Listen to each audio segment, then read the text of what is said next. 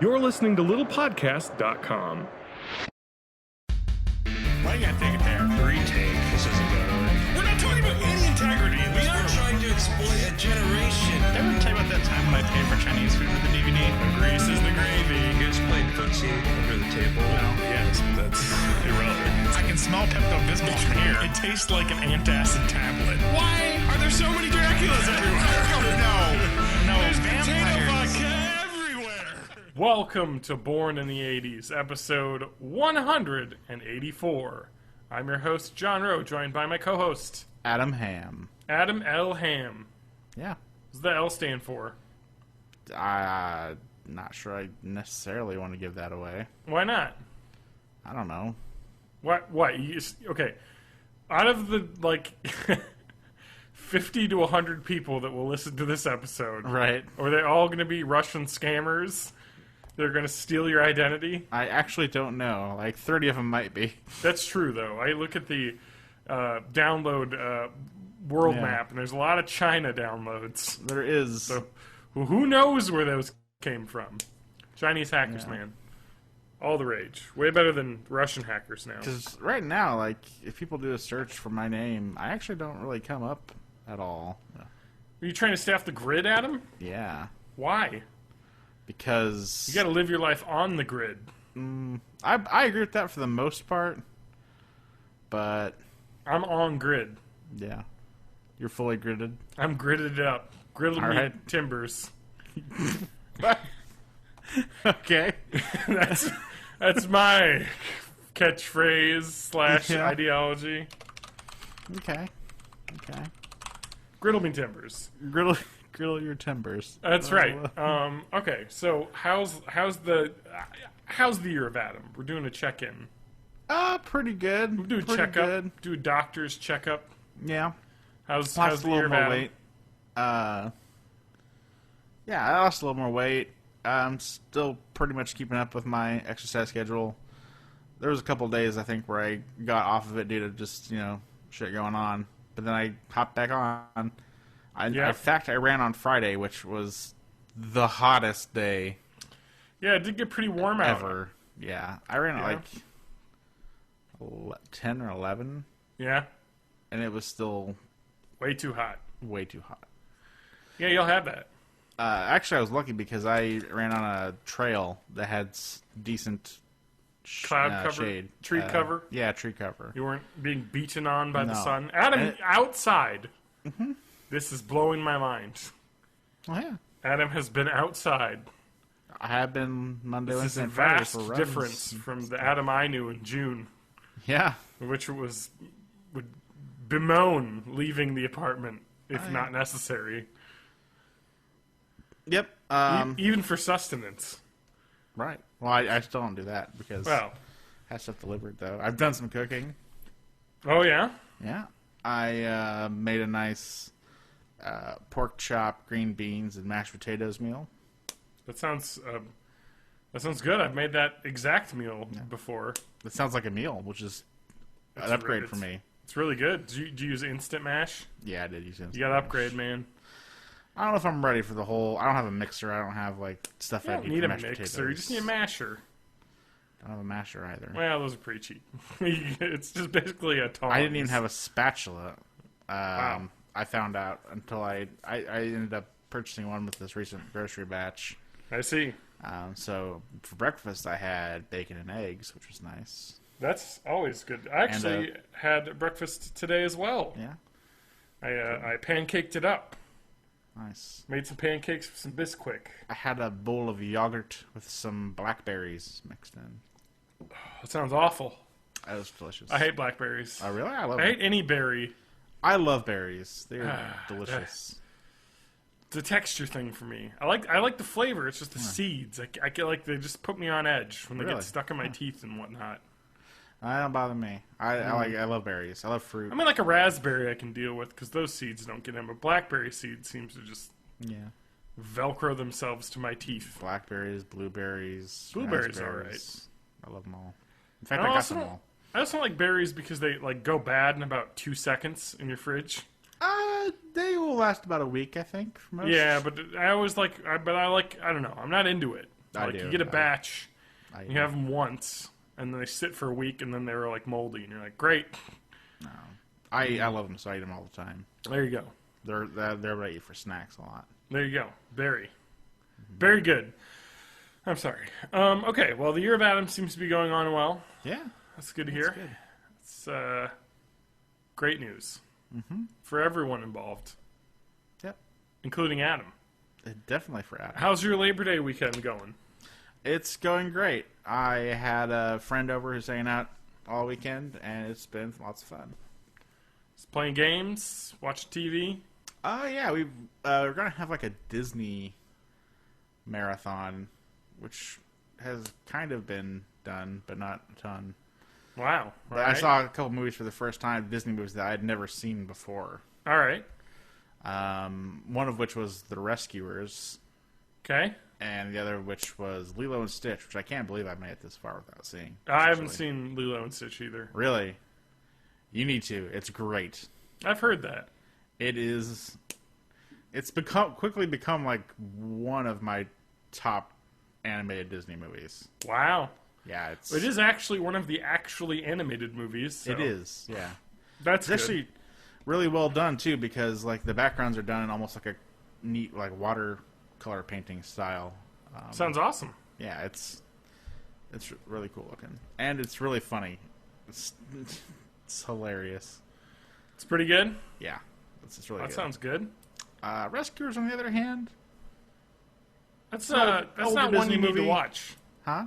That's not one you need to watch. I don't think so. It's not great. It's not great. Did you pause for the porno part? There's what? The secret naked part? No, I was unaware of any rescuers. Well, there's a part when the rescuers are flying through New York and it's like snowy out, Yeah. and they fly past the window and there's like a naked lady Now, in a window. huh? It's for real in the movie. Is this Rescuers or Rescuers Down Under? This is Rescuers. Okay. Yeah, I just watched that. I did not notice that. Well, you wouldn't because it's a split second. You have to like pause it. Okay. No. So it would have been impossible to do up until the age of digital film, Right. where you can go frame by frame, because it's on there for like 2 frames. I see. That's funny. And that stuff wasn't taken out like anymore. It was, Oh, okay. but you can people I you watched it on just look Netflix, online so- for video of it. And people have I'm it. sure, yeah, but yeah, I watched it on Netflix. I probably Because wasn't even in because I believe it was someone found it in the DVD, yeah. and they're like, "Oh, hey, all right, we got to get rid of that part," Yeah. because it's kind of one of those things. They've always snuck things like that into film movies because Oh, yeah, of yeah. the format. They, you get 24 frames per second, so you just drop something in for 3 or 4 frames, and no one will ever see it, but you'll know it's Yeah. in there. But now, in the advent of home video and all of that, it's even if you had a VCR, you wouldn't really be able to find it because I don't think VCRs pause frame by frame as Some, well. I think actually you can do like a frame by frame thing in, Fair enough. but But who knows? So that's cool. All right, so that's the Disney marathon's begun. yeah, we've seen a couple other things too. Before we started the Disney marathon, we just kind of were doing some childhood favorites, so we got to watch Short Circuit, which I hadn't seen in quite a while actually. Johnny Five is alive. Johnny Five is alive. Yeah, we didn't watch Labyrinth, but Don't. it's not a good movie. Labyrinth is good. Nope. No, but Short Circuit is awesome. I forgot how. That's still good. Yeah, It's cheesy, but it's still good. still good. It's good. Yeah. 80s cheese worthy. Yeah, it's pretty. Well, that's pretty good to awesome. hear. And we watched Who Framed Roger Rabbit, which was cool. All right. Always a classic. So yeah, I've just been chilling out, hanging with some friends. Chill hanging? Yeah, playing some video games. Oh, we played a good amount of like multiplayer Injustice: Gods Among Us, which is like a DC Universe fighting game. That's correct. Who's your main? Who Actually, main? the one I'm probably best at is Joker. The Jokester. Yeah, How he's is kind he? of a man. What's his style? He's fun. He's a grappler, brawler. He likes to get up. Kicker. He's actually mostly. He's got good range. Okay. And he's got a couple decent beatdown moves close up. But he has a shitty special power. It's really bad. It's like a parry. Yeah. Which I guess is theoretically really good if you're super skilled. Luke parry. But I am not, so I never use it. Oh, yeah. He hasn't been relevant. It's ridiculous, though, because like, you can parry up to like 3 times to fill this like meter. Parry meter? Yeah. And each time you do it, he just like moves a little bit faster. And then Luke parry shows up. Yeah, and then that Once you've parried enough. Right. That would be awesome if there was like a parry meter. Yeah. Perry meter. Yeah. Put And then that in Parry my Mason game. is the super that you pull off. I never really gotten into fighting games. Like, I don't dislike fighting games, but I don't know. Like, there's I like them. certain fighting games will spark my fancy. Yeah. But it's pretty few and far between. Like, I didn't really get into Street Fighter 4 very much. Yeah. It was alright. But, like, you and I played, Naruto Ultimate Battle? Yeah. Whatever. Shippuden 72. Like Ninja Ultimate Rising Storm something. Ultra. That game looks gorgeous, by the way. It does. It just looks like fluid cell animation come to life. Beautiful game. But that game has some really cool mechanics, like lots of fun dodges and great super moves, team up moves. Like it felt like it was pretty. I think you beat me probably 90% of the time, but every once in a while, I'd get you like cornered and hit my super, and it would be awesome. Yeah, that was always fun. Game. And then I would watch Adam get his butt annihilated by the single player part he's on. Well, that also, and my brother Ryan, who would consistently destroy me. Oh, well, yeah, because you would play the cheatiest character possible. Yeah. And just spam one move the entire time. He likes doing that shit. Yeah. Man, I need to watch more of that show, huh? It's all done now, isn't it? It ended. The manga definitely ended. I don't know if the show did too. I remember because they did a movie that was the end that showed Naruto as an adult. Yeah, and his kid was like the thing. Yeah, him and what's her name's kid. Him and spoiler. But come on, right? What's her name? You know her. Is it Hinata? Hinata, yeah. I'm totally right. God damn, I watched too much of that shit. Yeah. I started rewatching that too because I think it's on Hulu in Japanese, so you can watch it all in Japanese. Yeah, I think so. Sounds right. Oh, that show's so good. It's pretty good, yeah. It's like, just... I like it before it gets, like, super crazy a lot. Well, I would say up to episode, like, 130. Yeah. Right before it breaks away from the manga. Yeah. Pre-Shippuden is good shit. It is good shit. Yeah. And then I'm sure the Shippuden stuff is good, but, like... Up to that episode that they had Production IG do the animation for. Yeah. That and then end it like after that, be like, all right, now it's filler time, so I'm not going to watch this. Oh yeah, that's garbage. Filler is garbage. Yep. There's no One Piece though, Adam. You still catch up with that? I am with the manga, yeah. Oh my god. You don't watch the show though, right? No. I think they're almost at 4 digits of episodes. Really? They gotta be getting pretty close. They aren't there yet in the manga. Well, I don't think that's a corollary. Not necessarily, no. But, that show's crazy. There's actually one manga I read that has gone past the 1,000 mark. Which is Hajime no Ippo, which is about boxing. Okay, One Piece...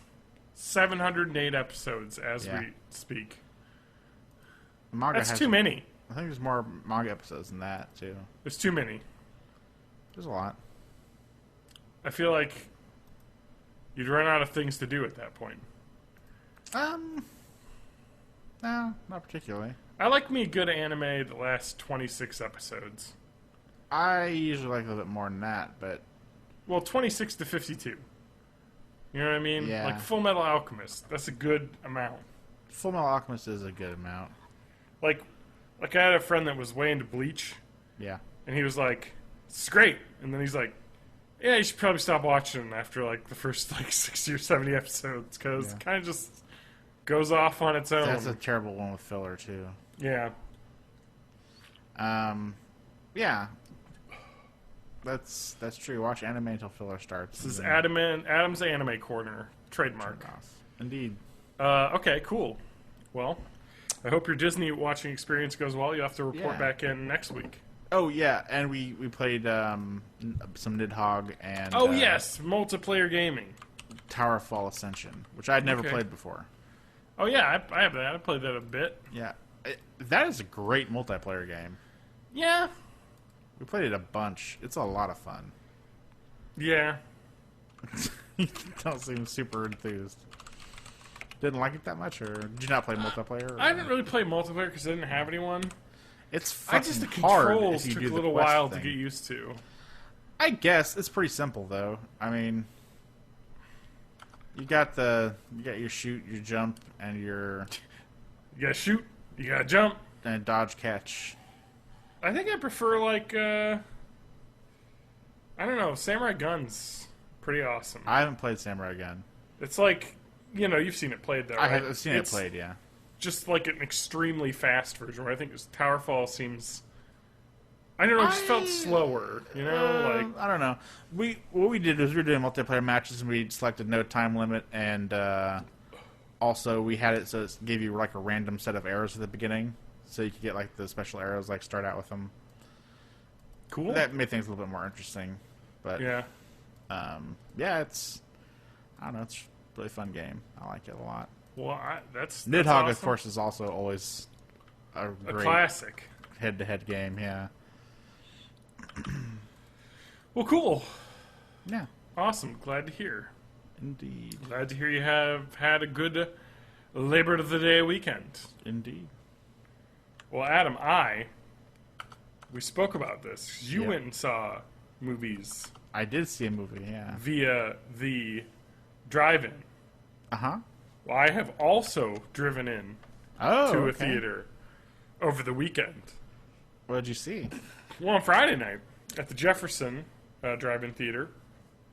I'm just about 45 minutes directly east of Madison. So, like, if you get on the Beltline, Adam, it's 1218, the Beltline. Yeah. You just keep going on that Okay.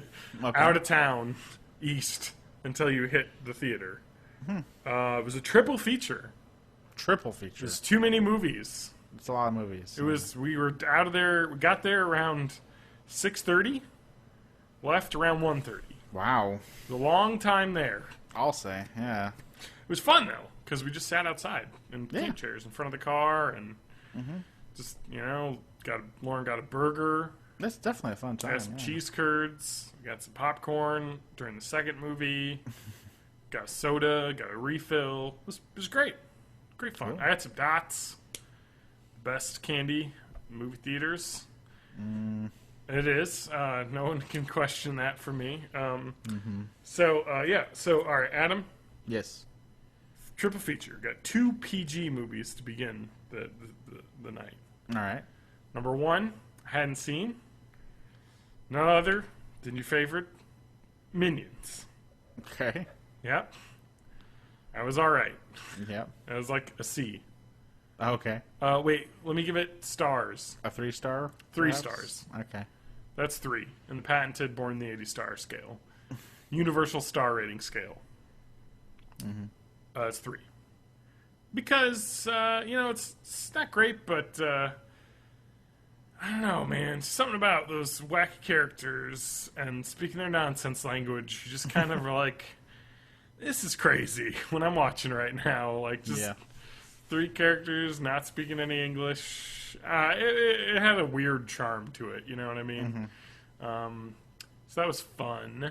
And then we saw Inside Out. It Okay. was the second film. The second film. It's the second time you've seen that, right? Yes, it is the second time. Holds up. That's a great friggin' movie. I need to see that. So. And I will say this, that the second time I still got choked up at the ending. Really?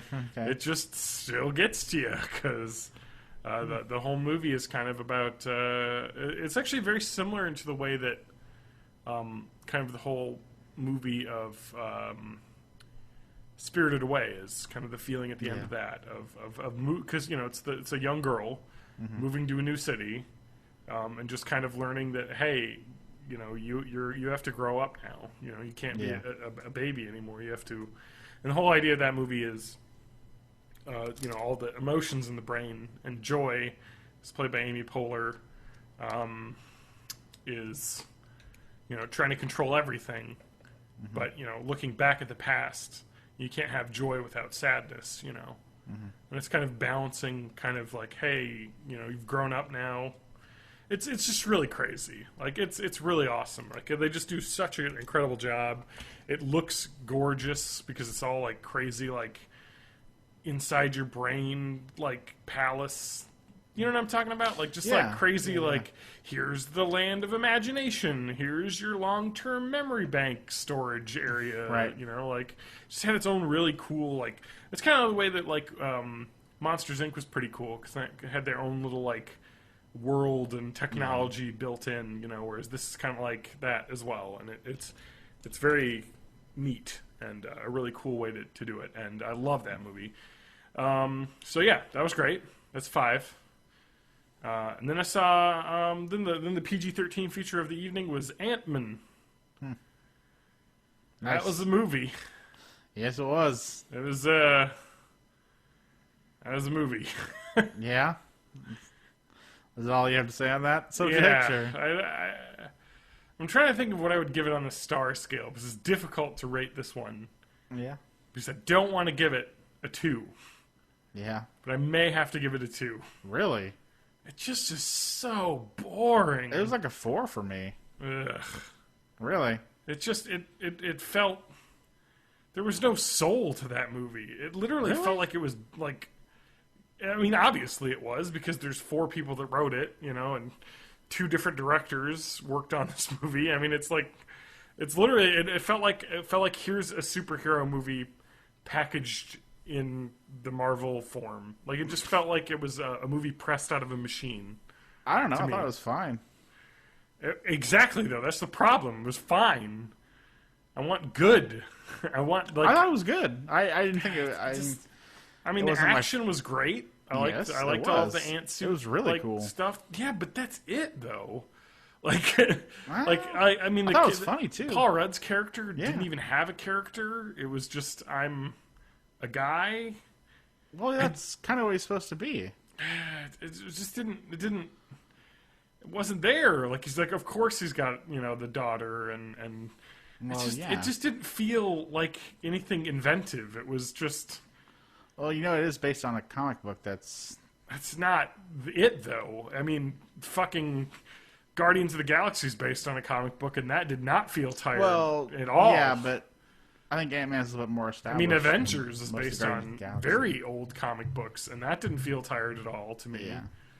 It just felt like they weren't trying hard enough. And the problem is that movie, and this is the issue that Marvel is having, and there's a reason why this movie didn't do as well, is because they are sticking to their Marvel formula, and people are starting to be like, okay, we need, you know what I mean? Like, we've seen these, you know what I mean? Like, I need something new and exciting to drag me in here. Because when you have your Avengers and your Guardians of the Galaxy that just are kind of like, really cultural, touchstones, and then you just have something that's less than that. I mean, that's how I felt about Iron Man 3. It was just like, this is kind of like movie. It's just like it sounds like you just aren't interested in any like solo films. I liked Iron Man 1. That was really good. Yeah, well, that was before the Avengers. I know, and it was really good. I'm trying to think of the solo. Thor was good. I like Thor. Yeah. That's, Chris Hemsworth made that one. I'm trying to think of the other ones. Captain America in the first one sucked. I haven't seen the second one. Second one's awesome. I've heard that. I'd like to see that one, because I do like some of the ideas I've heard are in that movie. It sounds pretty cool. I mean, do we need another fucking origin story in a fucking movie? It's awful. I hate it. They're always the exact same. That montage in the middle, I was falling asleep during.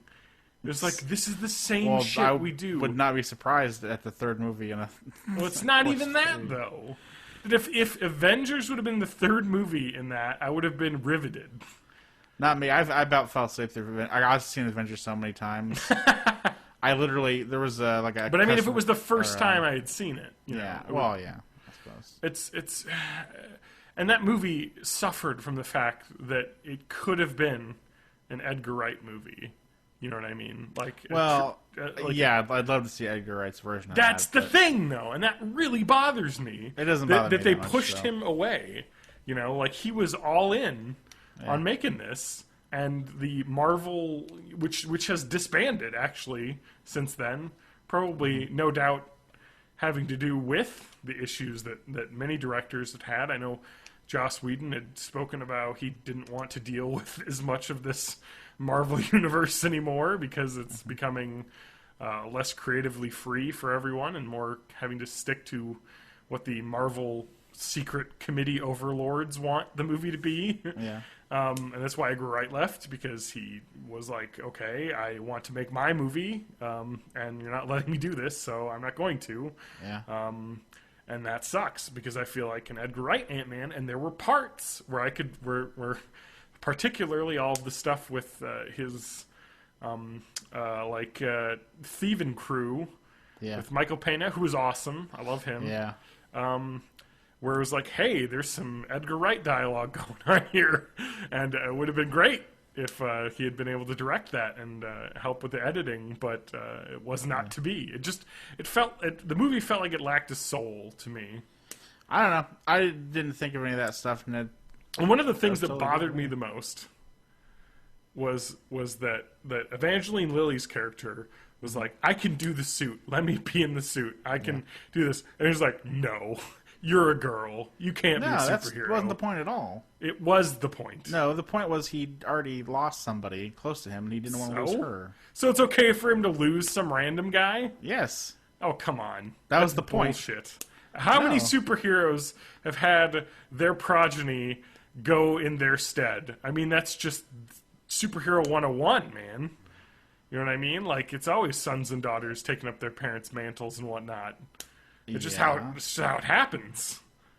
And I don't know. It just felt like that's a missed opportunity as well. It just was like it just went all of the most predictable directions the entire movie, and it just bothered me because it was like this could have been so much more, and it was just I don't know. This because I like to give it a 3 because it wasn't a bad movie. You know, there were fun parts, but I thought it was really funny. And I liked it. I mean, there were parts that I laughed a lot in.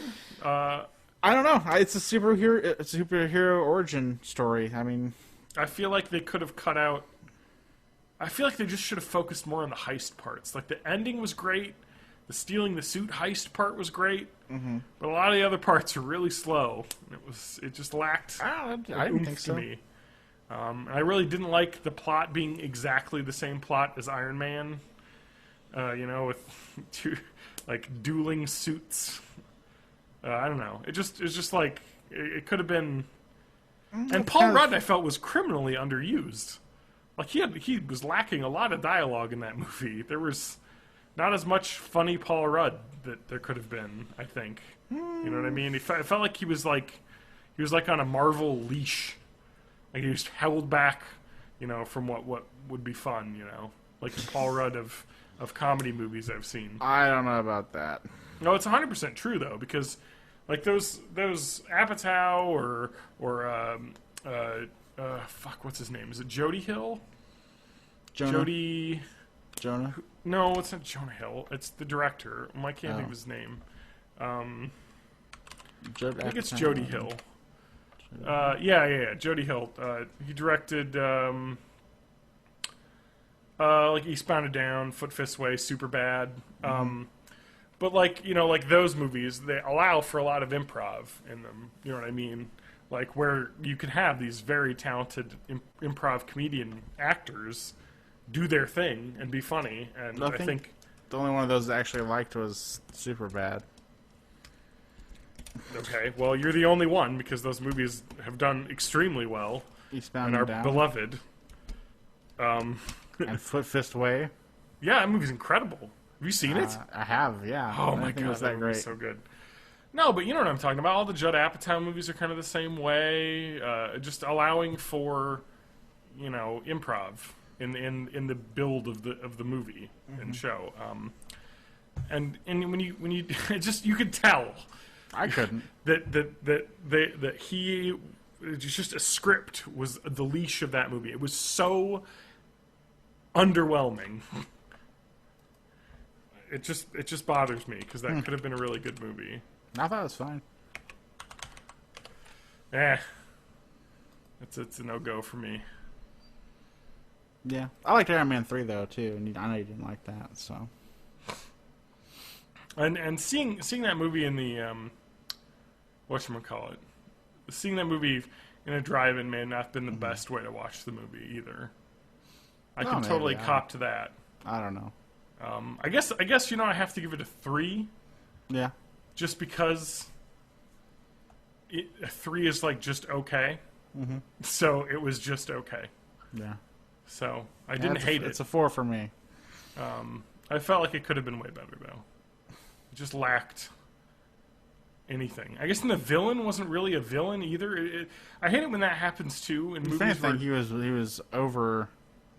he was like overly evil for no apparent reason. Yeah, well, that was the thing. It was like this guy's the bad guy, and he's done nothing but just coldly murder a man, and that was the only evil thing he did, really. Well, he also vaporized sheep. A bunch of sheep. But I mean that's just scientific testing. I mean they're just animals. I guess you didn't have to use sheep. I just like that she's like, we can't use mice. I'm like, oh yeah, because killing mice is better than killing sheep. Is. Like sheep are like fluffy and cuddly and don't scream. No, sheep. Adam, you've never met a sheep, so I've met a sheep. No, yeah. You've never had to have a sheep do anything. Well, no, I haven't had to have a sheep do anything. Exactly. Have you, Adam? Talk to anyone. Sheep are the absolute dumbest animals. Of in course, the they're planet. dumb. I didn't say they weren't dumb. I said they were cute and fluffy. It's like when you meet that hot girl and then you talk to her for like 10 minutes and you're like, wow, you're less hot now. Like, yeah, they may be cute and cuddly, but once you've dealt with a sheep in person, like attempting to, I would still rather vaporize mice than sheep. I just don't think that you can make a distinction between the two. Vaporizing one animal versus vaporizing another animal is just as bad to me. Nah. Anyway, so yeah, I just wish it could have been better, man. I really wish I could see the Mission Impossible movie. Rogue Nation? Because I heard it's great. That's got like a 95 Rotten Tomato meter. Really? Yeah. Everyone's just talking about like, this is an action movie that actually has like a really deep plot that is interesting. People have seemed to really like the later Mission Impossibles, like 3 and beyond. And well, I guess the guy who directed this was Christopher McQuarrie, who directed Usual Suspects. Okay. And, that was a good movie. Yeah, the first X-Men movie. He wrote, actually, and he wrote... he actually wrote Mission Impossible as well. Yeah, that made $180 million. Wow. I need to see this movie. I wonder if it'll be in the movie theaters. I'd like to go to more drive-in movies, because that was a really fun experience. I don't know. I haven't liked, I don't think, the Mission Impossible movies as much as other people have. Like the later ones. I don't think they're bad. I just... Like, Ghost Protocol was... It was alright. Yeah. I didn't think it was super amazing. I mean, it would probably be like a 3 on my list. Maybe, it might be a 4. I don't know. It was... I mean, I remember it being decent, but... What movie? Sorry? Ghost Protocol. Oh, I haven't seen that. It's alright. I just like have missed out on these Mission Impossible films. Yeah, people seem to like him now. This one's like consensus. Like this is like moved beyond like just the fourth movie. They're like this is actually like an action classic. This is at least the 5th. Yeah. I mean, holy cow! It just seems like they just did it. It's apparently got some incredible visual moments and the story is like complex, but not like stupidly complex. You know what I mean? It's just like, this is crazy. Like, this movie shouldn't be good, but it's great. Like, it's just too good. So yeah, I'll have to see that. I like Simon Pegg's in that. Tom Cruise. Did you see? You know, Christopher McQuarrie actually, who directed this, wrote. Did he write it or did he direct it? I gotta find his name. Another movie. He wrote Edge of Tomorrow. Oh, really? Which I fucking loved. I did like that one. Yeah, I read the book. I read the book that was based on All You Need Is Kill. An incredible book. But the movie's just awesome. Yeah, Like, it's just like, if you like a sci-fi movie, and basically the plot of Edge of Tomorrow is he's it's Groundhog Day. the world has been just attacked by aliens, and he is goes in this massive kind of landfall trying to retake France, kind of like the Normandy invasion, and the aliens are kill his entire crew, and he's like this, and he meets this really crazy weird looking alien, and then that alien and him both die at the same time, and then he wakes up, and it's that morning again, and he's replaying the same day over and over again because it's not really a spoiler because it's like the entire point of the movie, but the idea is that these aliens are able to reverse time, and just this is why they've been dominating Earth, is because they can just keep replaying the day to have the most effective battle possible. Yeah. But having died and next to one of these things, he got pulled in the time loop as well.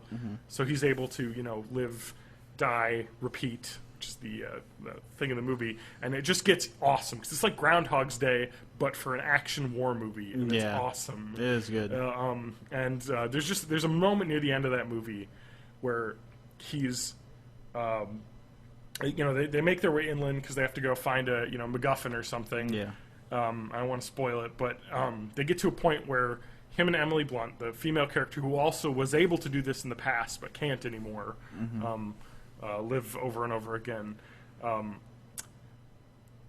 is with him, and they get to this house. Oh yeah. And you're seeing it for the first time, but you can tell this is like the 1,000th time he's done this. Right. And every way it happens, she dies, or he dies, or something. There's just no good way to get away from this house, because they run out of fuel and they have to get another car. But every time they do, something terrible happens, and he's tried it hundreds and hundreds of ways. And he just, there's a point where he's like, just can we stop for a minute, because I know we're both gonna die, and and it's just great. It's just that it's really kind of a mind-bending sci-fi concept of replaying your life over and over again. That's a great movie, though. God. Tom Cruise, man. He's been putting out some critically acclaimed movies lately. Yeah, I guess so. He's pretty good, though. I know people hate Tom Cruise for some reason. I mean, he is a Scientologist, which sucks, but the more you learn about Scientology, the more you feel interested about his position. I mean, do you see Going Clear, the Scientology documentary? No.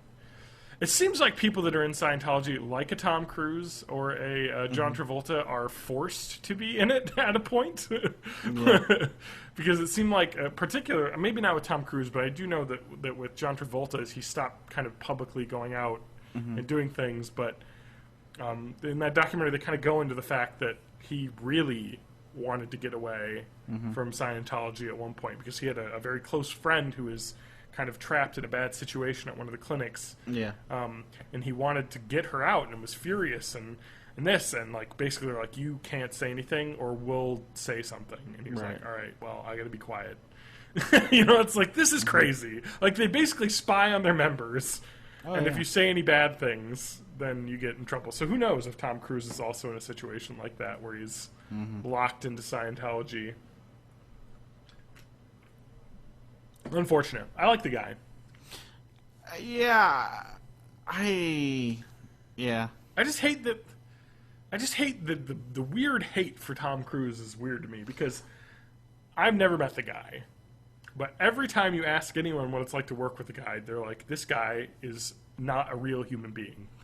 Like, he is, like, 100%, like super up to do anything and everything, and is super engaged and works hard. And it's like, this is crazy. You know what I mean? I've met people like that before. You know what I mean? Where they're just like, you can't believe how hard this person works. You know what I mean? And they're so nice, and you're like, how are you a person? You're like a robot. You know what I mean? That's what it seems like. Yeah, I don't know. I think the biggest strike against him was the crazy like couch thing with Oprah. Yeah, it's like, well, he did a crazy thing once. Yeah. And that just lives on for people, I guess. Yeah. Yeah, you know. Some people can overcome it, some people can't, you know? I mean, he already had the Scientology thing going, and then... That's true. And then the couch thing, and people are like, well, alright, maybe not as non-crazy. Well, yeah, you can as get past it. I mean, what's his name got past it? I Robert do Downey think- Jr. got past his cocaine stuff. Well, he also stopped doing cocaine, presumably. That's true. Or at least stopped being dumb about doing cocaine. Yeah. That's cool. But, yeah, so that was my movie experience. Cool. Really wish it could have been better. Yeah, I Ant-Man. super liked it. So mine was fine. I don't know how you could super like that movie. I could get how you could medium like that movie. It's for me 4 stars. It didn't revolutionize. It Marvel just wasn't movies enough for me. there for me to I thought it was a totally solid entry in the Marvel Cinematic Universe, which to me is that's about not 4. enough, I guess. It was for me. They've risen the bar so much that I guess it's just that like it's like I'm an addict now. Yeah. And then this hit didn't get me high enough, you know what I Right. mean? I was like, this I just can wasn't understand enough, you know what I mean? I mean, Civil War should be pretty amazing. Yeah, I know. I was talking to Lance about Civil War, and he was buzzing about that. He was really pumped for Civil War. I saw a teaser trailer for Doctor Strange too, and that seems. Oh yeah, with the Cumberbatch. Yeah. I can't wait for that. That looks super cool. Well, I'm trying to think of. Oh yeah, and Lance was super high on the Batman v Superman. I was like not until I saw that trailer that came out in Comic-Con, and I was like, okay, Yeah. they're like they had like some pretty cool looking shit going on in that. Yeah, I just don't know about that. I hope it's good. DC movies so far have not been the hottest. That's true. Stuff. So I do want to see them. I'm gonna take it. You know, I'm gonna go in wary. You got to go in wary. Yeah. Do you know what show I'm gonna watch? What's that? I'm getting all in on this show. Mm-hmm. The Mr. Robot on USA. I heard a bunch of stuff about that. I've heard this nothing but stellar reviews of the show. On Rotten Tomatoes, it currently has a 100% on every episode. Damn. Now is that only on USA? It's on USA, yes. But is there any other? Is it like on Hulu or some other? We have thing? cable. You have on demand. It's all on demand. I don't know if I have USA. I might. You have USA. We watched Raw. Unless you've we changed did. your cable plan. We did watch Raw. I do have it then. Yeah, it's all on demand. I'm looking forward to watching it, but Yeah, I don't know anything about it. I guess it's It's a technological thing. It's like He's a computer programmer, the main character, Rami Malek, who was awesome in the Pacific, the TV show. He's in The Master. He's kind of one of those character actors that's been, kind of smaller roles. But it sounds like he really, bit a chunk out of this one and did a great job. Yeah, he's like a computer programmer working for some like security firm, and then like there's this shadowy organization that is like taking down the Illuminati, basically, and it's all kind of like cat and mouse, hacker v hacker kind of thing going on, and supposedly it's pretty awesome. sounds pretty good. And it sounds like people are like, this is provocative premise, excellent like thriller like moments from episode to episode. Apparently it's shot incredibly, like it's just gorgeous looking. Sounds like they went all out on this one, so I'm hoping on watching that. Maybe not this week, but soon, because It's all on demand. I want to get in on it now that it's over. I can watch the first season in full. Yeah, I've been loving my cable, man. I'm so happy I have it. Yeah. It's made my life better. And it's only because of the DVR. That's it? That's what does it. Because I just look through the schedule, pick out the shows I want, and I just load up my DVR and watch them in HD, fast forward through the commercials. It's freaking great. Cool. I watched the... this may date the episode, but I watched the F1 race that was this morning. God, F1 is a great sport to watch. It is... I think that one of the best things about it is that, like, you know how, like, you watch a sport, Adam, right? Yeah. And it's I don't, but yeah. No, I know, but if you were to, right? You watch it like, oh, it's long. F1 races, hour and a half or less. It's awesome. It's just like, action the entire time, and they do some really great stuff with production. F1 has done, which is like. They'll have, lots of cameras. They'll have in-cockpit cameras that were, they're going 200 miles an hour, and you get like bird's eye, pilot, driver's view, basically. Yeah. It's crazy, and they have radios, so you can like hear radio chatter, like, oh, my tire's not looking good, and then they like zoom in on the guy, and he's like, swerving a little bit, and you're like, oh my god, like, is he gonna make it to the pit? It's like, it's just kind of cool shit like that. Like, it's just really like wired in, basically, and it's super quick, and it's all about like kind of technology, Yeah. So if you're a bit of like an engineering or science nerd, they're just talking about like inertia and downforce, and, right? Like different, like Lewis Hamilton in this race, Adam. Near the end of this race, he's number one this year. He's won 11 out of 12 races, 13 now out of. Or 12 out of 13 races now, but he was in the lead, 20-second lead, and they're getting near the end. He's like, "Oh, my tires!" You can hear him, you hear him radio in, and he's like, "Oh, my tires are ragged. Like, what am I supposed to do?" And the engineers are just like, "Push! You need to get faster laps." And he's 25 seconds ahead. It's like this is the time to not take any risks, but they're like, "No, you have to put the hammer down." And the announcers are like, why are they telling him that? Like, he's got such a comfortable lead. Like, he just basically has to put in, slightly slow lap times, and he will easily win the race. And they're like, what's going on? And then it turns out, like, at the end of the race, they're like, why did they do that? And they were like, well, one of his tires was underinflated beyond like the regulations. They were worried he was going to get a time penalty at the end of the race, so he needed to like have that lead, enough. With enough padding to take a 15 or 20 second penalty and still win the race. But they ended up not penalizing me. It was such a small amount of pressure that was lost. And I guess when they measured it earlier, it was fine. And then they measured it a second time. And it was literally like the Tom Brady Deflategate.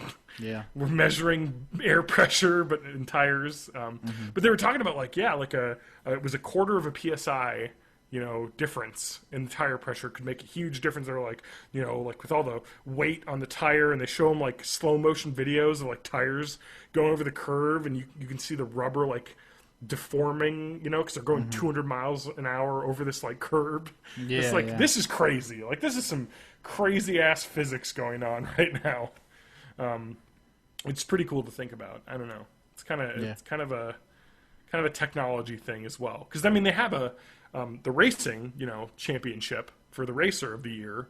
They also have the constructors championship, so the team building the car, because each team builds their own car and maintains their own car, except for, I think the engines they all have to have the same engine, basically, something like that. I can't remember. It's certain parts have to be identical, but like they can do all sorts of other things to their car, and so certain manufacturers are better. They have faster cars, and they always each year over year try and hire the better racers, and it's just pretty cool actually. How it works. It's very much a meld of racing skill and cutting edge technology, which is pretty cool. Which I like. But now I can watch it because the races are on live at, this was Monza in Italy, Yeah.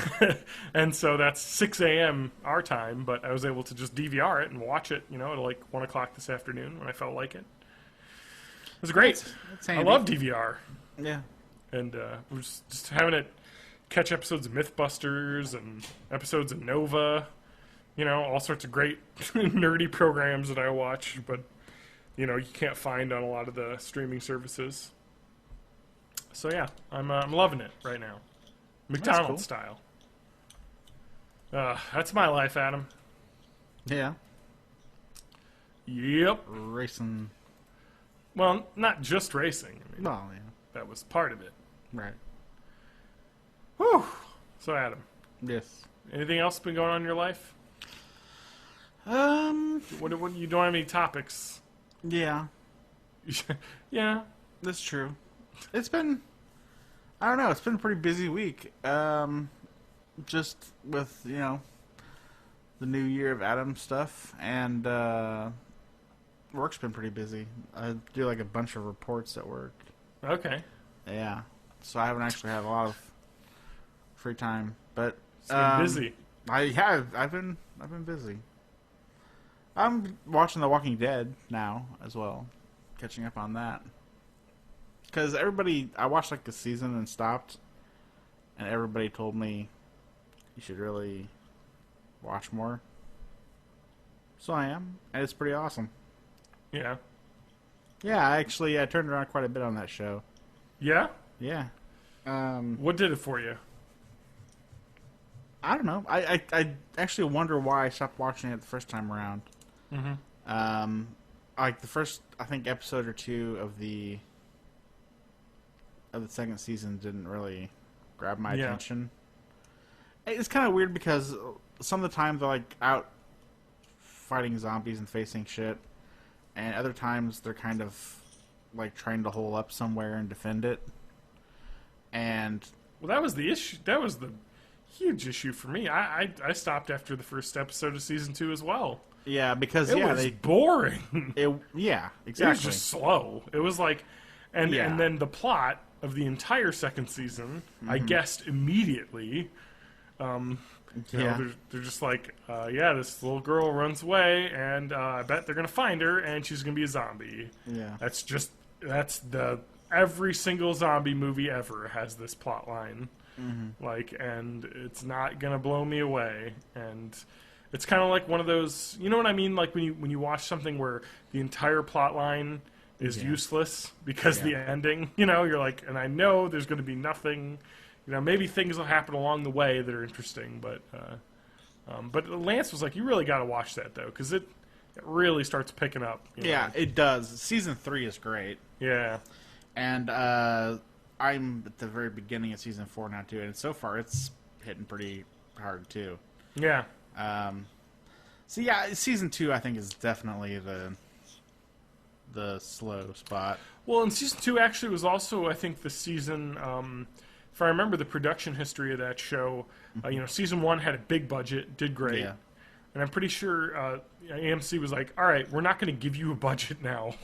We're not raising your budget anymore, but we want you to get more viewers. Well, they also had double the episodes. Exactly. It was like, we're going to double the episodes. You're not going to get a bigger budget. So they were like, we can't, you know what I mean? Like, it was just kind of like an adjustment period of like, you're trying to, push, squeeze more blood out of this stone. You know what I mean? And it just kind of felt stretched thin, I guess. And definitely can tell because, I walked away from the show. Yeah, I did too. There's a reason why people do at that point. But, it's... I've turned around on it quite a bit. All right, well. Anxious to keep watching it. Sounds good. Yeah, it finished at season 5 now, I think, so season 6 is coming up, and I need to get going. You need to get on it. Mm-hmm.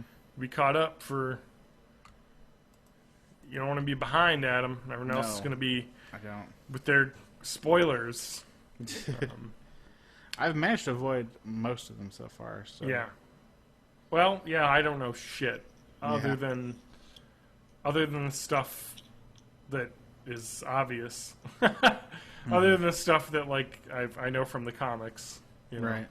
But I didn't see any of the comics. none of the comics, a lot of the stuff from the comics doesn't happen, but a lot of it does. So, I haven't seen it. I know I watched. I had a friend that was like, "No, I don't want to talk about spoilers," and I was like, "Frank Grimes, the main character, right?" And he's like, "Yeah, he's still complete as a person." It's. I love what you did. Is he still? I love what you did. Still 100% Frank Grimes. Yeah. I love what you did because actually Frank Grimes is the Simpsons guy, and Grimy, and he's actually Rick in the show. What the fuck ever. Rick Grimes, Frank Grimes. I know. I like that you because I did the same thing earlier on. Oh, okay. You threw in the Simpsons character.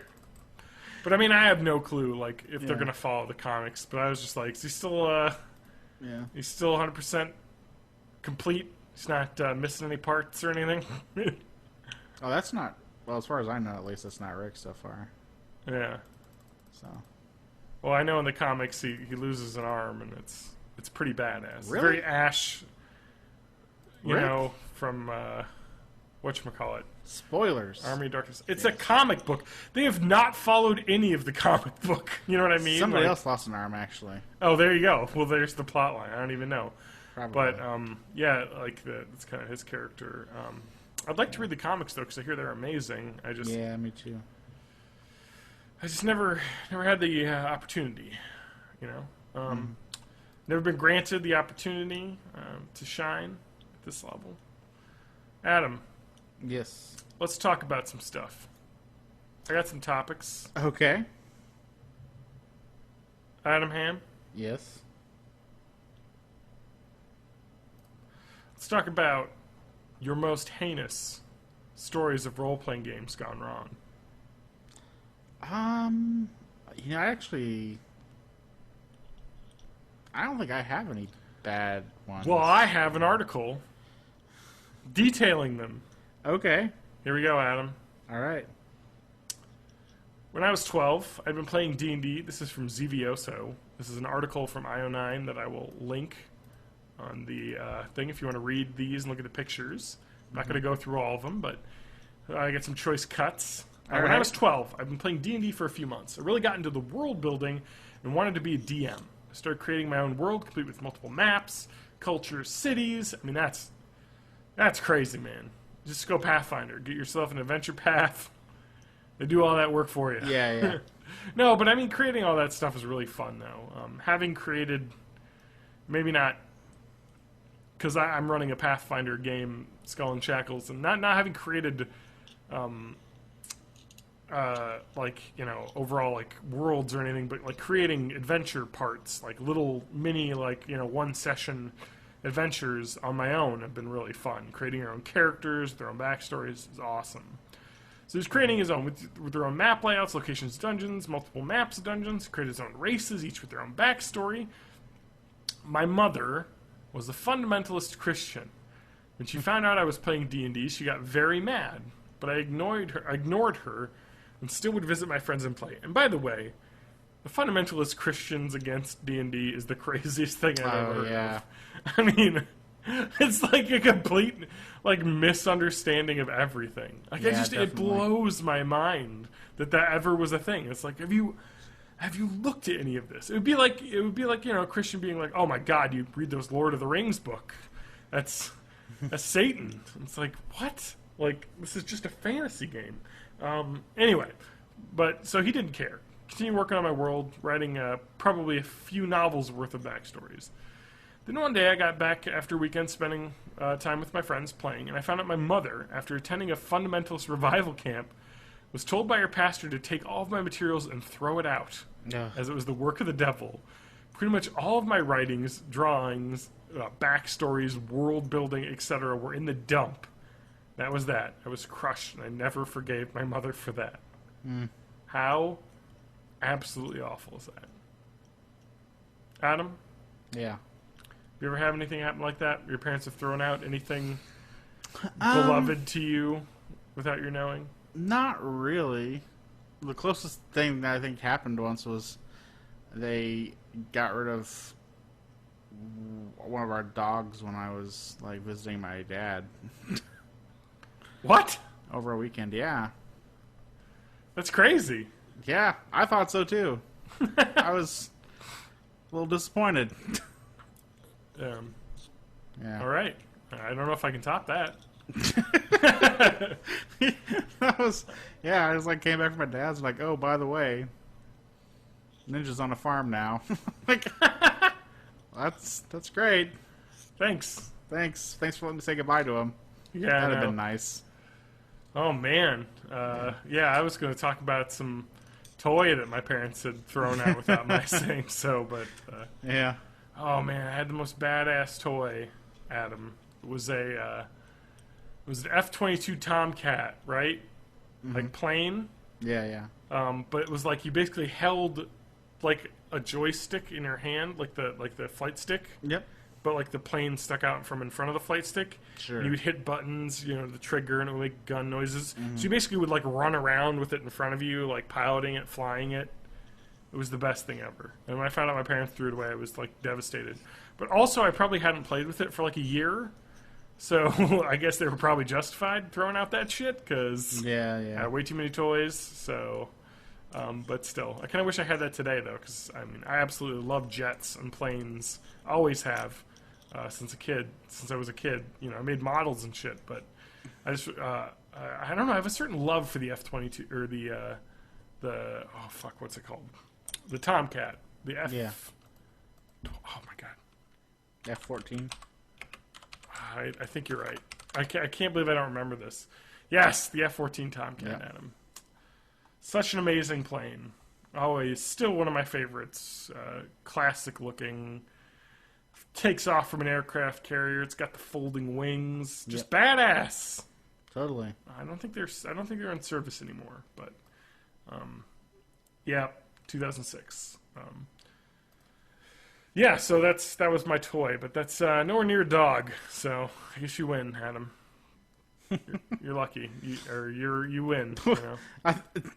Okay, I win by being unlucky. I think. Yes. Actually. Yeah. Just saying. Well, I'm sorry I said like a thing, not like a beloved childhood pet that was thrown out at him. You had to just up the stakes yourself. Sorry. It's all right. You didn't know. Yeah. You didn't know that I had such weak sauce. No. I should have gone first. Yeah. That's all right. You didn't know. All right. Well, let's move on. Okay. There's some good ones in here. I've never had a bad GM, but a lot of these are kind of like bad GM. Yeah, I've heard stories. some terrible shit. A friend who I love gaming, who I love gaming, get invited. What the? A friend and I who love gaming. There it is. Get invited by this guy we know to a Star Wars gaming session. Both of us are gaming, but like tabletop stuff. A Star Wars game sounds pretty cool. So first, the Game Master sets the rules and setting. This is just a few months or so post Return of the Jedi, and Luke's setting up a new Jedi Academy. So neither of us were allowed to have Jedi player characters. Okay. My first thought was, well, what's the fun without being a Jedi with a lightsaber? But heck with it, why not? My friend was a mercenary, and I think I was a traitor. I tend to pick non-combat roles for new PCs. It's a weird thing to play. When the Game Master dropped the first bombshell as we were finishing our characters, he said, "My character is a Jedi. He survived the Purge, and Luke sees him as a mentor." We both paused. "You mean the NPC?" I asked, cautiously. No, we were both corrected. This was his player character who would go with us on our adventure. The same adventure he was already GMing. Yeah. That's a red flag, Adam. But whatever. I previously turned one of my first PCs into an NPC in a vampire game I was running. Vampire the Masquerades, of course. My friend ribbed me for it, but rankled less after his player character was allowed to beat the crap out of my NPC. I figured let's give this guy the benefit of the doubt. Maybe he can spin it the right way. As the game began, we soon got whisked off to the Royal Hall. We had a meeting with Queen Leia. Apparently she's a queen. I thought there was... Is that a thing? She was a princess. I guess. So I guess her parents died on Alderaan, so I guess she's a queen. I feel like I guess the EU is kind of out, but I feel like in the expanded universe she was like Senator Leia. Yeah. Whatever. She and Han were apparently on the outs, so she was currently single. Oh boy. No, This is only relevant because the Game Master's PC and Leia proceed to have a 15 to 20-minute conversation about how Leia was always secretly in love with him, but couldn't commit to her because he was dedicated to his Jedi ways. Oh, man. We tried to interrupt this marathon of uncomfortable awkwardness as the Game Master had a romantic conversation with himself. Each time we were shushed aside. Shushed. Oh, my God. I can't talk at him. I had too much whiskey. Shushed. That's a hard word to say. Yeah. Aside, so the dialogue could continue. After that, my friend and I continued to participate out of politeness until we could find a courteous exit. I think we finally found an excuse to escape sometime after Han told the game's master's player character that he'd always looked up to him as well. Okay. Using the DM to bring that on. We have another one here that is a different type of GM, and that is the extreme asshole dungeon master. Here we go. There's some trigger warning for extreme asshole DMs and the game designers in this post who believe that rape is a cool game story element, so I apologize if offense is given. Let's start off with that. I was playing in a convention game in Melbourne sometime back in the 90s. The character I was given was a paladin of the goddess of vengeance, motivated by the fact that she was raped by an NPC earlier. Well, at least she wasn't just motivation for one of the male characters. In the prologue to the game, which was a fully narrated cutscene, my character was again assaulted by the same NPC and then murdered, and then brought back to life by the gods for a mysterious quest. So, not a fun way to start a game. No, not really. 4 hours of gameplay through an apocalyptic hell world later, we come across a group of survivors that includes said NPC. He apologizes to my character. My character prepares to take revenge, but is stopped by the DM who says the guy's unarmed and he's apologized, so my vengeance would fail. Yep, the NPC who's twice assaulted and then murdered my character is meant to be set free. I handed him a sword and cut his head off. At the end of the game, we were told our ritual had failed because of my character's actions. That's crazy. So basically, rape vengeance makes you fail a scenario. Yeah. All right. Yeah, I guess that could be. That could be that. I don't know. It just seems gross. You know what I mean? Yeah, definitely. Like I've seen some stuff like that. One of the Razor Coast ones I had dealt with maybe not rape as much as it was ritualistic murder and like voodoo. Yeah. So I played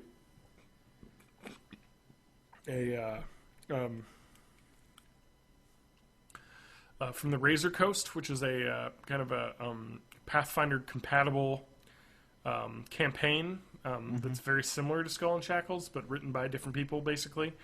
And it takes place in a different, area. It's not in Galarian, but it's very Skull and Shackles-y.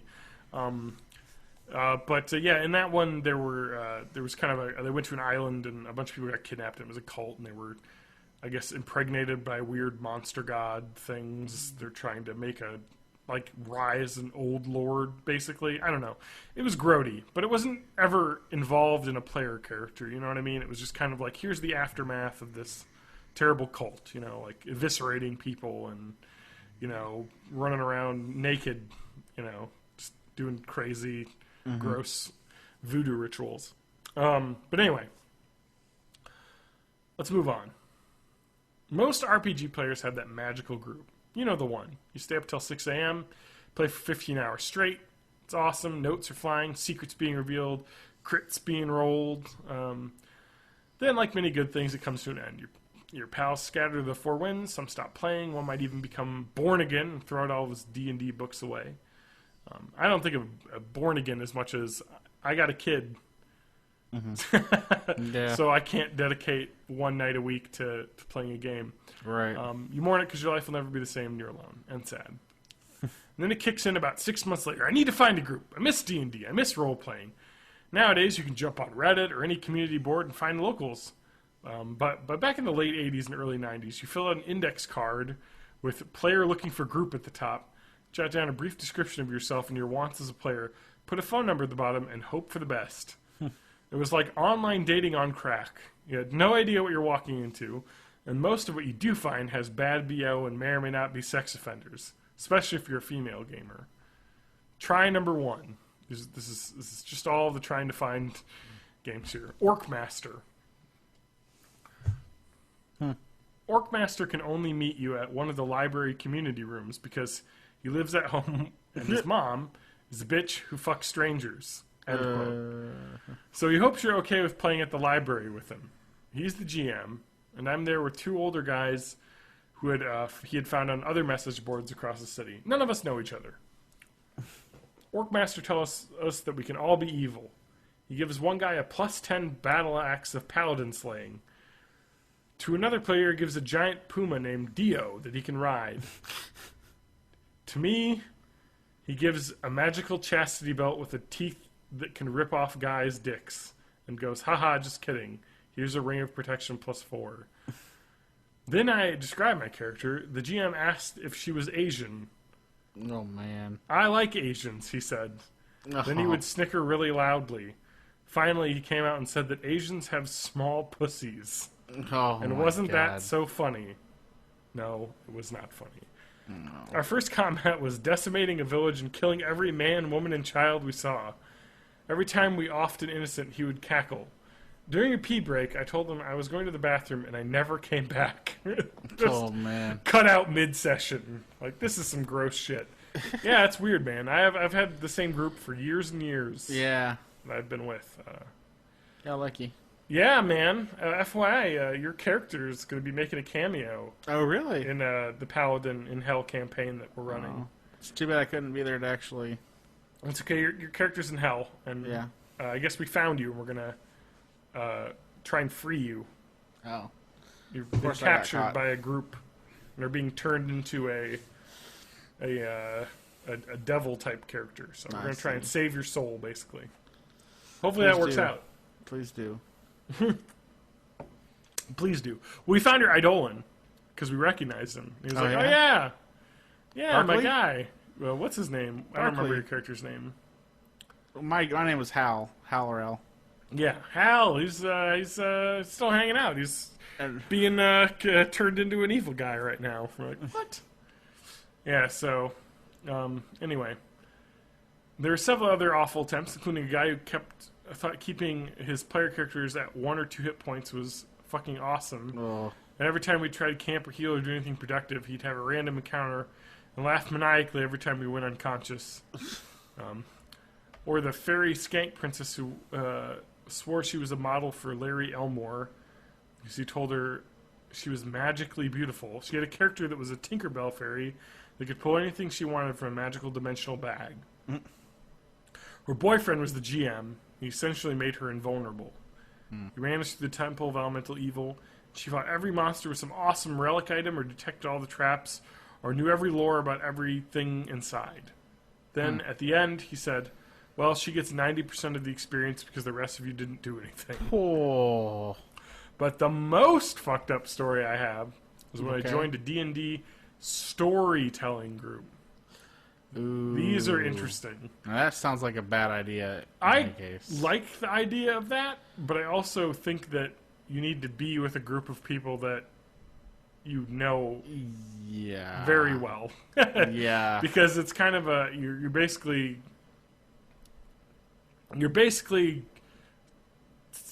doing a storytelling together. You know what I mean? So you have to be in sync. You know, you have to be knowing the rules and wanting to create an interesting role-playing experience. But anyway, so in this storytelling group, the GM didn't roll dice. That's kind of what storytelling groups are. There's no die rolls. It's just telling stories. And you, as a player character, talking about how you would react to said situations and things. He said, I feel the stories and what your characters want and need, and I have never been wrong. He knows what the best way to do it is. So this is good. Got a controlling GM already. Well, I played a thief. He told me what she looked like. dark hair, almond eyes, petite, and very beautiful. Again with the Asian fetish. And he had one of his NPCs totally hit on her. This NPC was some kind of tree-hopping Tarzan barbarian type named Raven, who talked in a guttural language and can barely put words together. He would send me notes like, "Raven want you come with him. He show you something. Come alone." I went and Raven did some crazy martial arts dance for me. And this GM is actually trying to do the move as well as explaining it. And then he says, "Mating dance. You my mate now." And then thumped his chest. He grabbed my character and carried her up a tree and gave her a flower and asked if we could mate for life. I was like, I don't know about this. And the GM said, "Hey, I can read people. This is what your character wants. Go with it."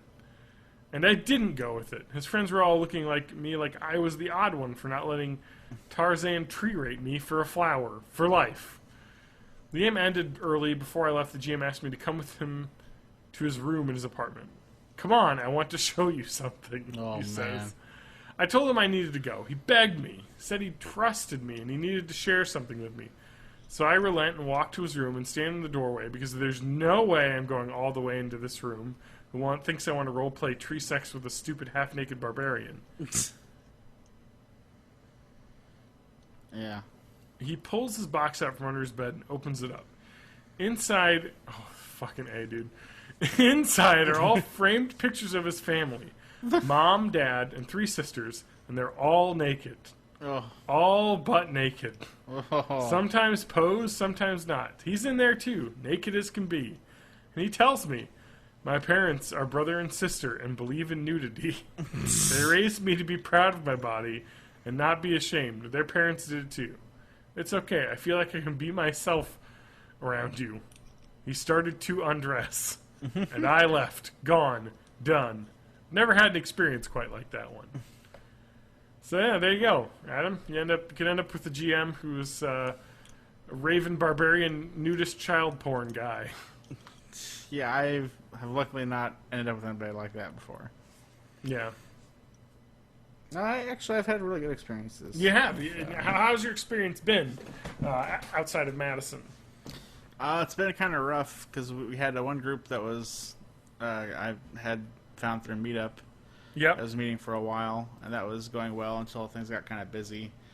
Then it just seems to have collapsed. That's unfortunate. Yeah, we were just starting the Tyranny of Dragons stuff, like the Rise of Tiamat and all that jazz. Court of the Dragon Queen. Yeah. And then there was like a Pathfinder thing I had going with a student worker and a couple other work colleagues. Yeah. But then summer happened and students got jobs elsewhere, and that kind of was supposed to start up again, but it has not yet, and I'm not sure if it will. So, actually, this Saturday, yesterday, I should say. Yep. I went down to Decatur with one of the guys in the original other group and played Star Wars Imperial Assault, which is a lot of fun. Is that a Star Wars D&D kind of game? It's not quite a D&D type game. It's kind of close, but it's more a board game than that. Ugh. It's strategy kind of thing where you move your guys around and they have a couple abilities and things like that. You do get experience for going on these missions. You can give like new skills to your guy, and you can get like new equipment and new blasters and whatever. But yeah, it's cool. I liked it quite a bit, actually. It's got a lot of tokens and stuff like that, but the gameplay is actually not that complicated. But it's a cooperative game where, it's kind of like D&D, where it's 4 rebel assault guys and one guy playing the Empire and their forces. But yeah, it was really cool. We lost our mission, but it was the way it's set up. It kind of like losing doesn't necessarily end everything for you. There's like a bunch of different missions you can go on, and you do better if you win, but if you lose, you still get some experience and stuff. So, all right, Adam. Uh-huh. We got some stories about paladins. Oh, do we? Lawful good paladins. Oh man. Now, I'm just going to say this about paladins. Lawful stupid. You mean? Paladins can be played in many ways. And I currently play a paladin. Yeah.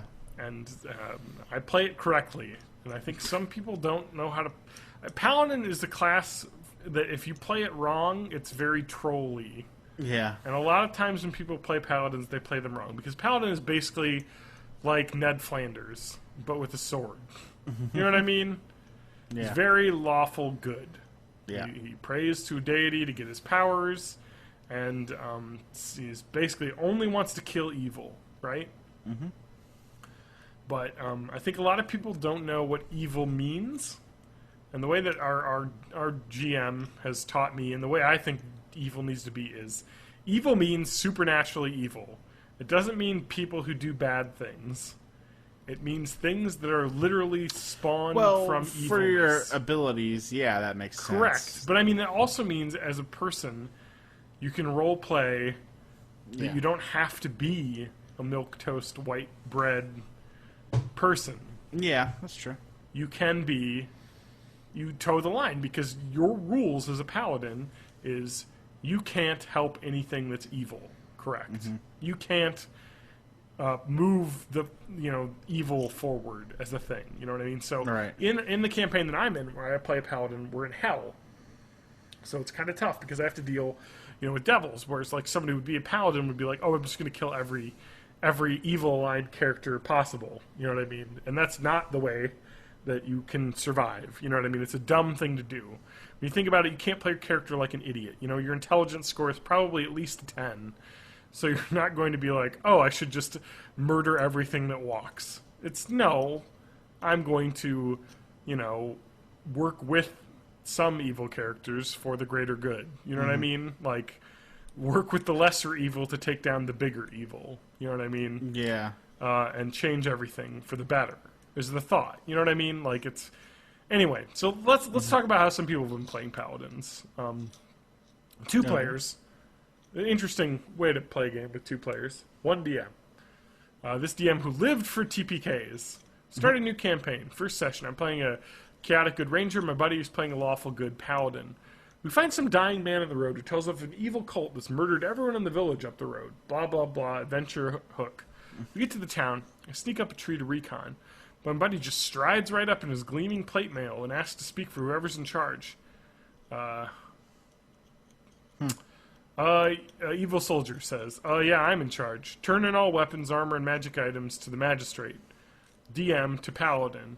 You sense evil coming from him and his cohorts. Paladin.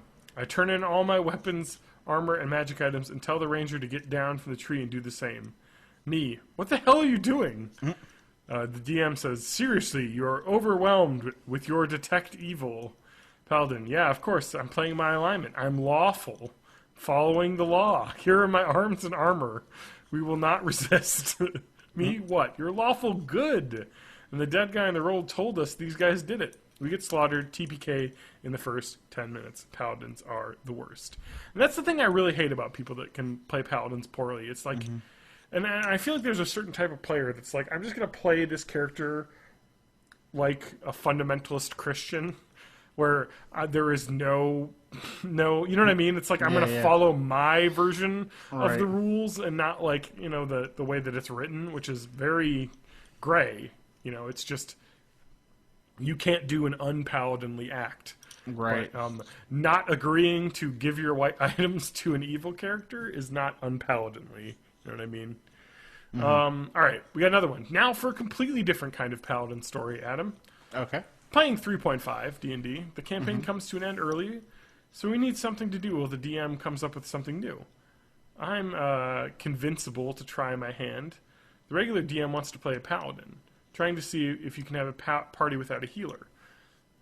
This guy has described himself as lawful evil, and my idea of paladins is basically some weird book that I've never heard of, so I'm skeptical. I'm not even going to try and pronounce that. But this is all an experiment, so it's okay. So the party chases down after a thief who stole a weather artifact.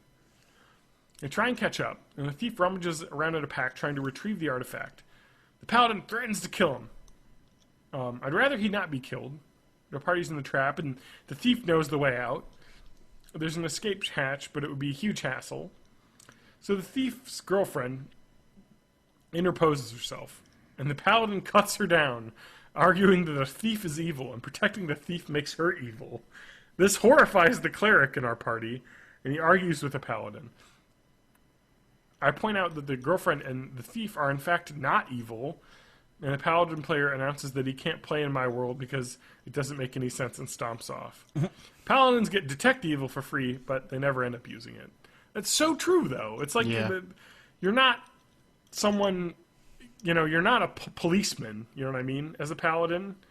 You have to think of a paladin as like, that priest in The Exorcist, you know what I mean? You're killing bad juju, you know what I mean? You're not dealing with petty, issues with man. You're on a mission from God. You know what I mean? That's what you do. Anyway, I love that, though, because paladins can totally be a fucking awful thing to do if you don't play them right. But if you do play them right, they're the best characters ever. Paladin is my favorite class. Hard to kill. No question. They're impossible to kill. They are, yeah. Because they just basically are chock full of abilities that keep them alive. What about you, Adam? What's your favorite character class to play in a RPG? So far, I think it's been Alchemist from Pathfinder. And what is Alchemist? I mean, for people that haven't played Pathfinder, what type of character is an Alchemist? I mean, people get what paladins are. Yeah. They're a guy in armor, swings a sword, can smite evil. Like, hey, there's a demon. I can do extra damage to it because I'm good. Or a devil, What does an alchemist do? Alchemists are mostly kind of like bombers and kind of like Jekyll and Hyde. Yeah, they're like Jekyll and Hyde. They've got like bombers, bombs that they can throw. Bombs, yes. Bombing. But they throw like basically like explodey potions. Yeah, and you can also like get abilities to change up like what kind you throw. Like you can throw acid ones or cold or whatever that have like status effects and stuff too. Yeah. Or you can drink a mutagen to do your Jekyll and Hyde impersonation and actually buff your stats, which is really cool at the detriment of some of your other ones.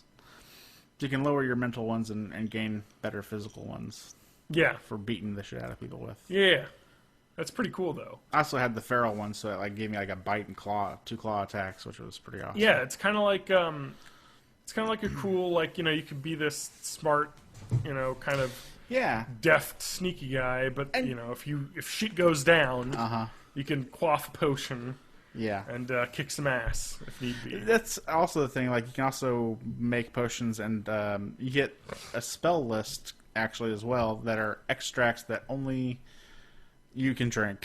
So it's like all self, mostly like buffing stuff or healing or whatever.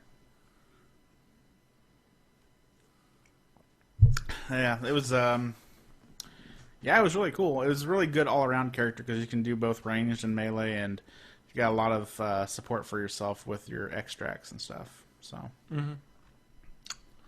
it's pretty cool.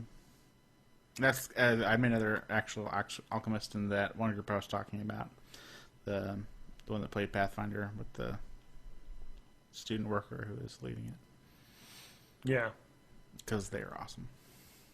All right, Adam, got another good story of old school D&D. In 7th grade, I was playing first edition AD&D. Our party was halfway through White Plume Mountain, and we had a pause in game time to camp out, rest, eat, heal, etc. My character fetched a bucket of water from an underground stream, and I told the dungeon master I'd boil the water over the campfire before I drank it, just to be safe. The DM said I couldn't do this because as a medieval barbarian, I couldn't know what germs were. Hence, I could not know how to boil water, or why I would boil water. I was pretty sure he was wrong, so I argued with him that pre-scientific peoples did boil their own water for safety. But Pete finally put his foot down, the DM, and said my character was not going to boil his water, and that was that.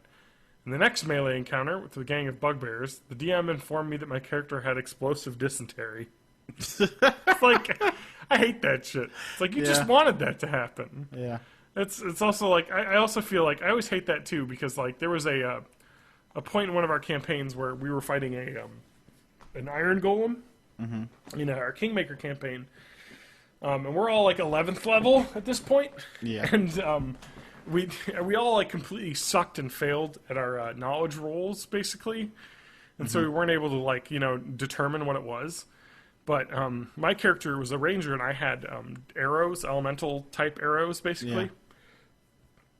And I was like, I'm going to use the electrical arrow. You know what I mean? Yeah. And I'm not metagaming or cheating or anything and looking it up, but it's like, sometimes it's like, you know what I mean? Like, when you're fighting an iron golem, which is like one of the things that you fight in every single campaign, as an 11th level adventurer, you think you would read about that. You know what I mean? Like, you think you would know, like, specifically well-known dungeon entities. And I feel like we hadn't fought one before in the past. We had fought a different golem. And my argument was, A, because the combat was taking way too goddamn long.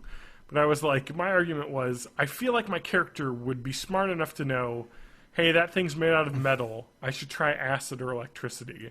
So I shot both acid and electrical arrows. Because it only makes sense in your mind that that's what would damage metal. You know what I mean? Yeah. Electricity. And it turns out electricity would damage metal. And I knew that, of course, having fought many iron golems in my life. But it's just kind of like one of those things that gets kind of tough. It's like, as a GM, it's kind of hard to be like...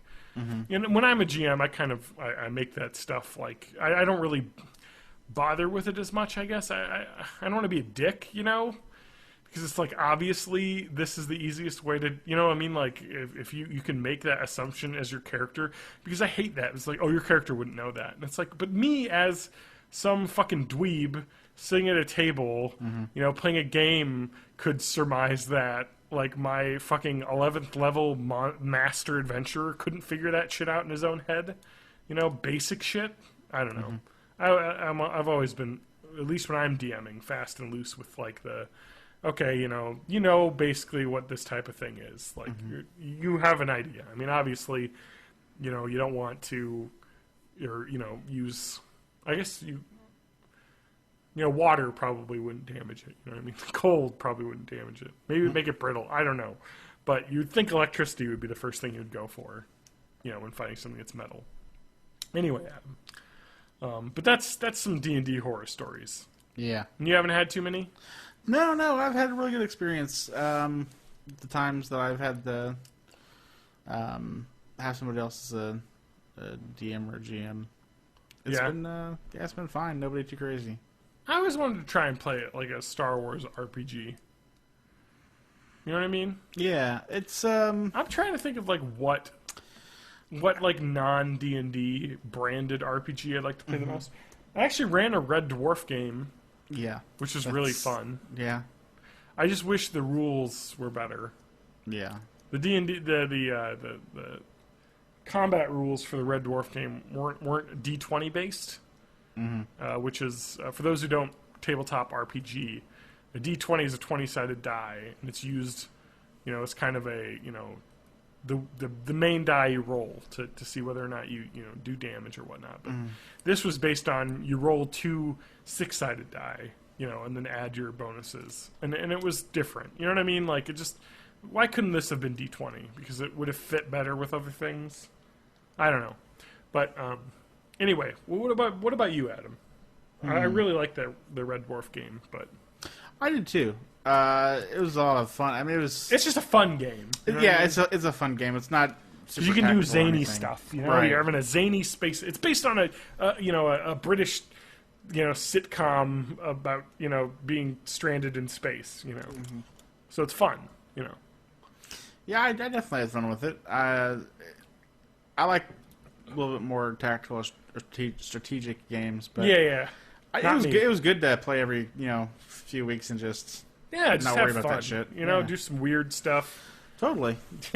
Go to Wax Las Vegas. Yes. Ride around, fight As the a mob cleaning with robot, Albert Einstein. Have a junk cannon installed in my junk. It's true. Adam's character was a Crichton type character, the robot, and he had a groinal socket junk cannon. Yes, so you would just cram junk into your crotch and shoot bullets out of it. Exactly. That's fun though. You know what I mean? Like that was a fun game to play. You know, Definitely. with characters. I'm trying to think here. But what other ones, Adam?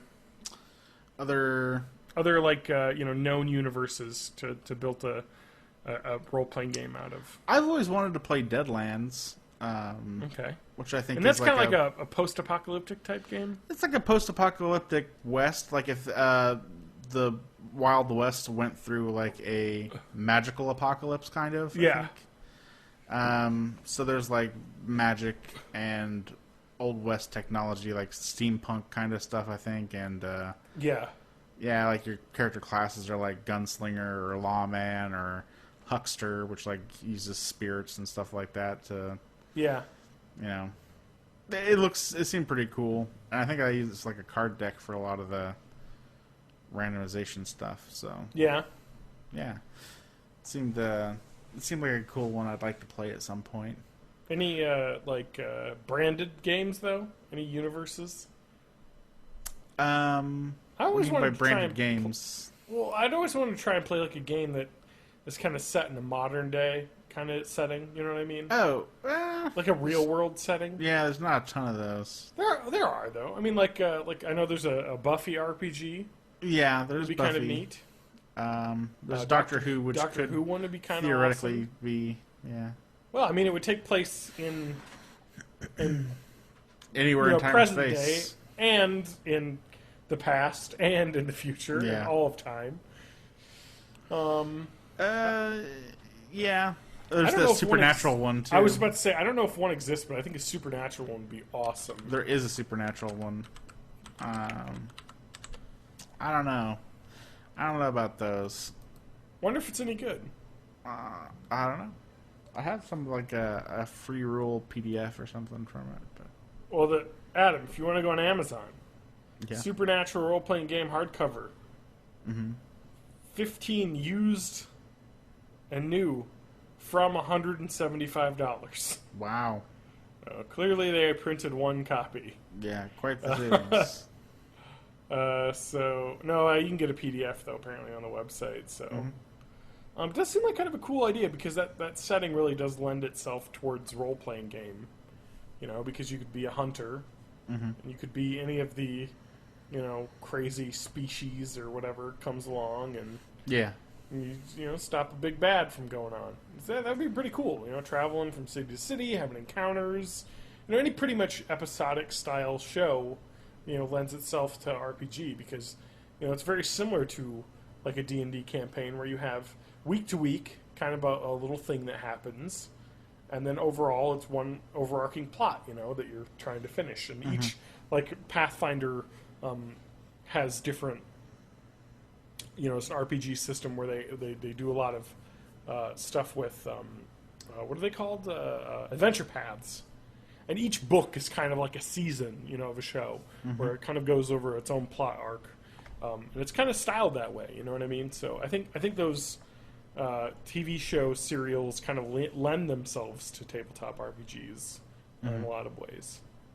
I don't know. Yeah, it's probably true. I feel like for me though, I feel like a Doctor Who would be awesome. Just the immense amount of things you could do in that, sounded really fun. What about you, Adam? I'm sorry, I didn't quite catch that. What about you? Huh? What about you? About me what?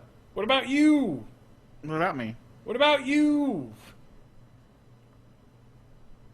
What about me? What about you? My mind wandered a bit there. I was thinking of... God, Adam! I'm sorry, I was thinking about... It wasn't because I was tired, it was because I was thinking about... What were you thinking about? Where's your mind at? What do you like? It was the Doctor Who... Daydreaming? No, it was Doctor Who RPG. Yeah! I was thinking about what that would be like. It would be crazy. It would be crazy. Be like, hey, you go... Adam, I got something else I want to talk about quick before we end. Okay. You watch the show Rick and Morty? No, but I've heard it's really good. Do yourself a favor. Yeah?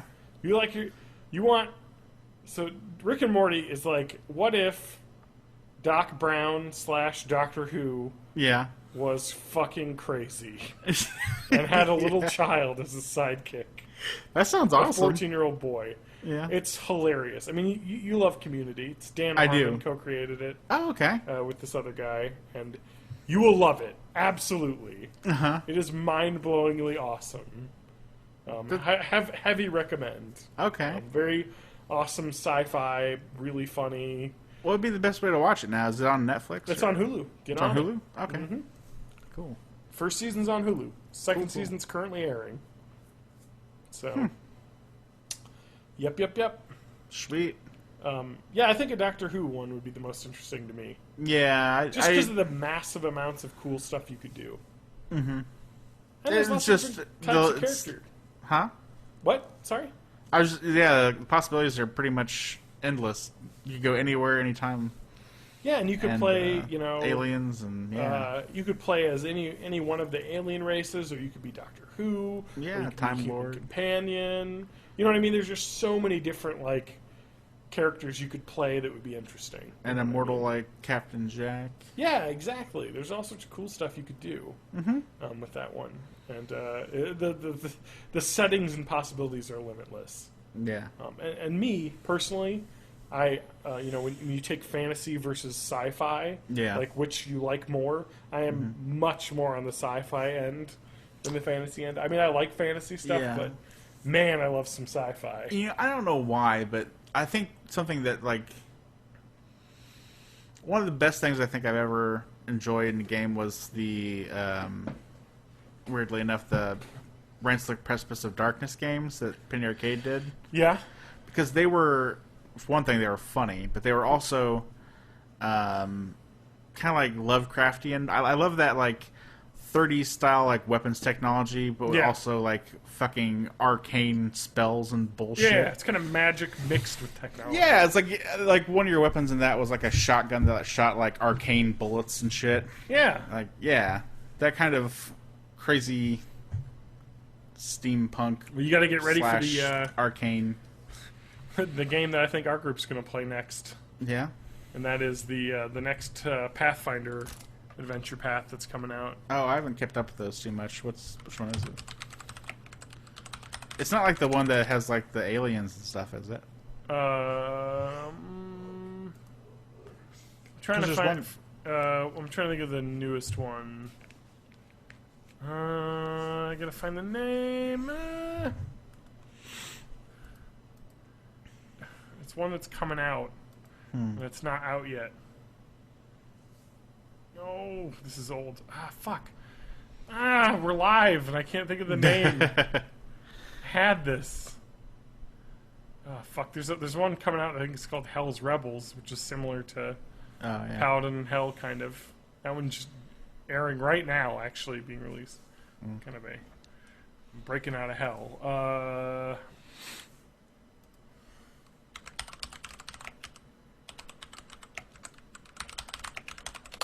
Oh.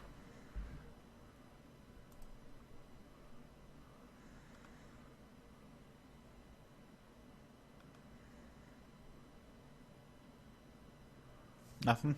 Alright. I just gotta find the fucking name of it. Well, what is it about? It's the one after the Hell's Vengeance one. Uh huh. Um, Okay. And what's it about?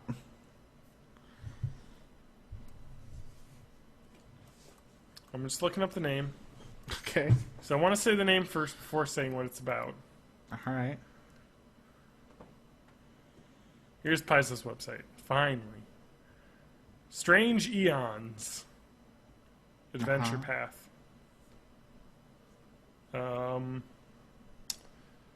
August of next year. Alongside wow. the Strange Eons Adventure. It's after the current one that's running.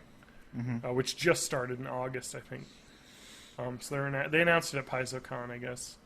Summer of 2016. Strange Eons. Let's see what it includes. Advice for running horror-themed adventures in Pathfinder, including madness rules, major character system corruption, which can slowly descend into a new form. So it's like the kind of Lovecraftian one. Insanity Yeah. as a thing. It is a very Lovecraftian themed adventure with old gods coming out of Golarion. Yeah. Like, yeah, they've always had, like, some Lovecraftian, like, type monsters and stuff. But I guess they're going full in on it with this Yeah. one, so... That's cool. People are excited because it sounds pretty badass. They kind of did a little bit of it with this is getting deep. Nobody's fucking listening at this point. What am I talking about? It's just deep because I'm like going deep into Pathfinder, Right. which is an RPG that not nobody plays, but not very many people play. But there's a adventure path called Carrion Crown, which is very much a horror themed adventure path. I ran part of that, actually. Yeah, it seems pretty cool. But the fourth chapter out of the 5 or 6 chapters they usually are, 4 of 6 is a very Lovecraftian themed called Wake of the Watcher adventure, where you go to this swamp where there's kind of some crazy Lovecraftian blasphemous secrets from the old cults and sanity shattering gods. Right. Bestiaries with classic monsters inspired by H.P. Lovecraft. Well, it's also like there was I was kind of wanting to play Call of Cthulhu, but I don't really like the system they have for it. Yeah, I know, right? They had a D20 version of that when 3.5 was out, which seemed really cool. I keep wishing they'd like do something like that again, which kind of sounds like that Adventure Path would do, because they have insanity like rules for that as well, and that one I think even casting any magic was like would possibly fuck you up. Yeah. I mean, it was a little bit too pretty restricting. hardcore. Yeah, but yeah, like I keep wanting to play Call of Cthulhu because it seems amazing, but also I don't want to use the weird percentage skill system and other weird stuff. D20 for me, man. Fair enough. Yeah. All right. Well, that's enough talking about role-playing games and horror stories and whatnot. That's probably... I think it's an episode. I think it's an episode, yeah. That's it. Yes, indeed. We're at net. We are. All right. Well, thank you for listening. What's the website? Website is bornintheeighties.net. That's correct. You can find all sorts of cool shit there, including, episodes, little links. Go there, comment, subscribe, send to your friends. You know what I'm saying? Share, like, subscribe. Share, like, subscribe. Yep. Share, like, subscribe. Man. All right, we gotta get off the air. It's late. It is. All right. Well, thank you for listening, and we will catch you next week, Adam. Yes. What do you got to say? What's your final thoughts? My final thought is, it can be the year of you too.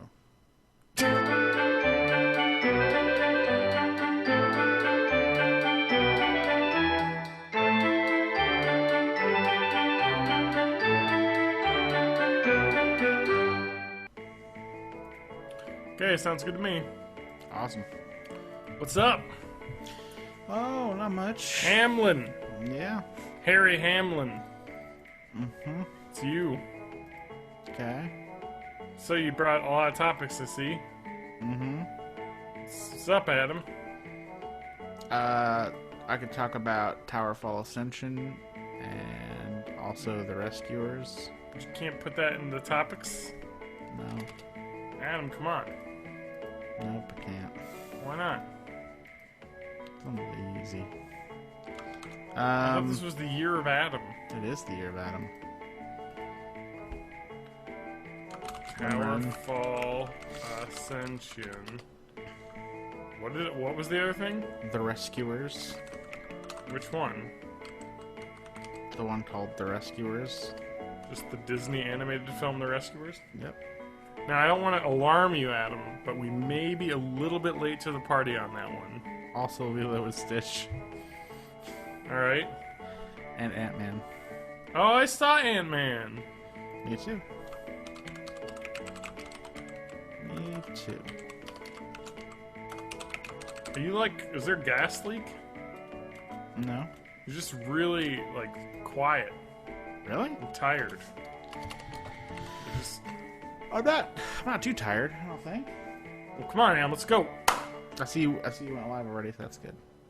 Jank it up. I don't have to remind you of that. Speed it up. That's the problem. I haven't had caffeine So? ever. I don't know. I feel like I need it to live. Well, then have some fucking caffeine. I don't really have anything around with caffeine. Actually, I have tea. Yeah, Tea or coffee? It's not made, nor is the coffee. It's alright. And I can't actually use creamer with it anyway, so. What? You can use creamer. And it's sugary. Well, you can get, like sugar-free creamer and stuff. This is milk, pretty much. What'd you say? This is milk, pretty much. Well, you can get sugar-free creamer, though. Yes. Then they put like sucralose and stuff. Sugar-free stuff is not good either, though, because it actually has like pretty much the same effect on your body as actual sugar. That is absolutely not true. There's no less calories, but your body still produces insulin and shit, like it ingested sugar. It's not true. I'm pretty sure it is. Nope. Those are preliminary results from very small-scale studies, Adam. Yeah. It's alright, though. I'm not going to push the science on you. I'm all for science. I go with the science. That's fine. I just heard that they'd done studies and that was the case. If that's not the case, that's great, actually.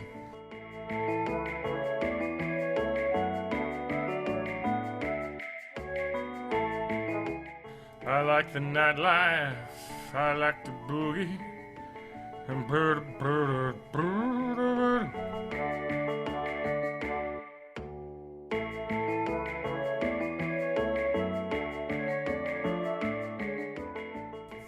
anyway, that's science. Yeah. I'm drinking whiskey. Cool. I'm drinking water. My whiskey has water in it. That's It's like 30% water, great. or whatever, how many proof it is. It's a good start. Yeah. I think what's 140 proof? That's 70%. Yeah, you're right. Yeah, so it'd be about 30% water. Although I don't know if this is 140 proof. I don't know. Bourbon's close to that. Let me look it up. Bourbon alcohol content. Oh, I'm way off. Bourbon's 80 to 90 proof. So I'm about half water. I'm drinking half water. No, it's not bad. All right, Adam. Come on. Let's get pepped up. Pepto-Bismol. I am pepped. All right. I'm fully pepped. Welcome to Born in... What the fuck are you interrupting me? I was just thinking I don't know what the episode number is. I do. Great. I named this hangout the episode number. It's in the bottom right-hand corner of your screen. I'll see it. What? Doesn't show up. All I see is... Yeah. Oh, it says it on mine. Byte 184. Okay. Cool.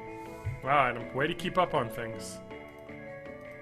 Well, come on. Like, there are times when you don't know what the number is until you check. Well, just because I released the latest episode this morning Yeah. doesn't mean that it's the only reason I know what episode we're on right now. Yeah. I think it might. Born in the 80s, 184. 1984. Holy shit, Adam. Yep. That's you. That is me.